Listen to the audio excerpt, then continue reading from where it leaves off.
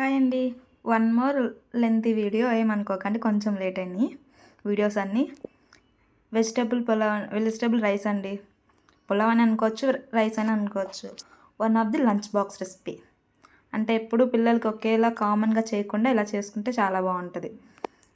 కొంచెం ఆయిల్, అలానే కొంచెం బిర్యానీ మసాలా వేసుకొని, ఆకు, లవంగం, బిర్యానీ సంబంధించిన మసాలా మొత్తం వేసుకొని, కొంచెం ఆనియన్స్ అండ్ పచ్చిమిర్చి వేసి కొంచెం ఫ్రై అయ్యాక అందులో మన దగ్గర ఉన్న వెజిటేబుల్స్ని వేసుకోండి. మీ దగ్గర ఏ వెజిటేబుల్స్ ఉంటే నా దగ్గర ఉన్న వెజిటేబుల్స్ నేనైతే వేసుకుంటున్నాను. అలా కొంచెం అల్లం వెల్లుల్లి పేస్ట్, ఇదిగోండి నా దగ్గర ఉన్న వెజిటేబుల్స్ అయితే ఇవ్వండి. అంటే అన్నీ ఒకే దీంట్లో తినాలి అనుకునే వాళ్ళకి మాకు చాలా బాగుంటుంది. నాకైతే మాత్రం వన్ ఆఫ్ ది ఫేవరెట్.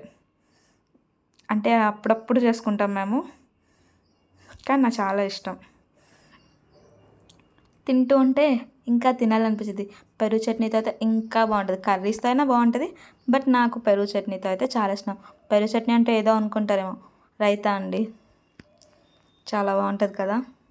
మీలో ఎంతమంది వెజిటబుల్ బిర్యానీకి అండ్ పలావ్కి ఉన్నారో కమెంట్ చేయండి నాకైతే.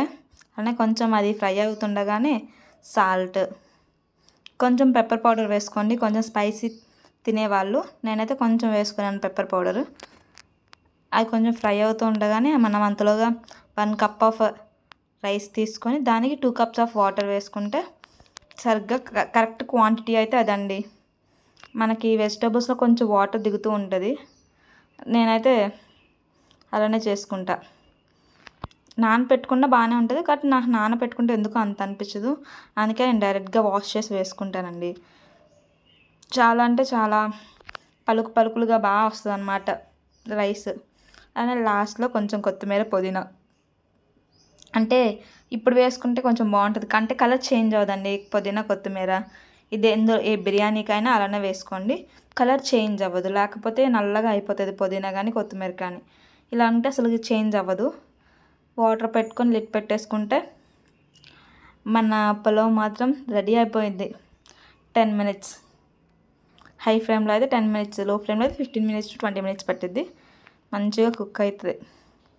ఇదిగోండి నా బిర్యానీ కుక్ అవుతుంది. పులావ్ మాత్రం లాస్ట్లో ఇలా ఉంటుందండి.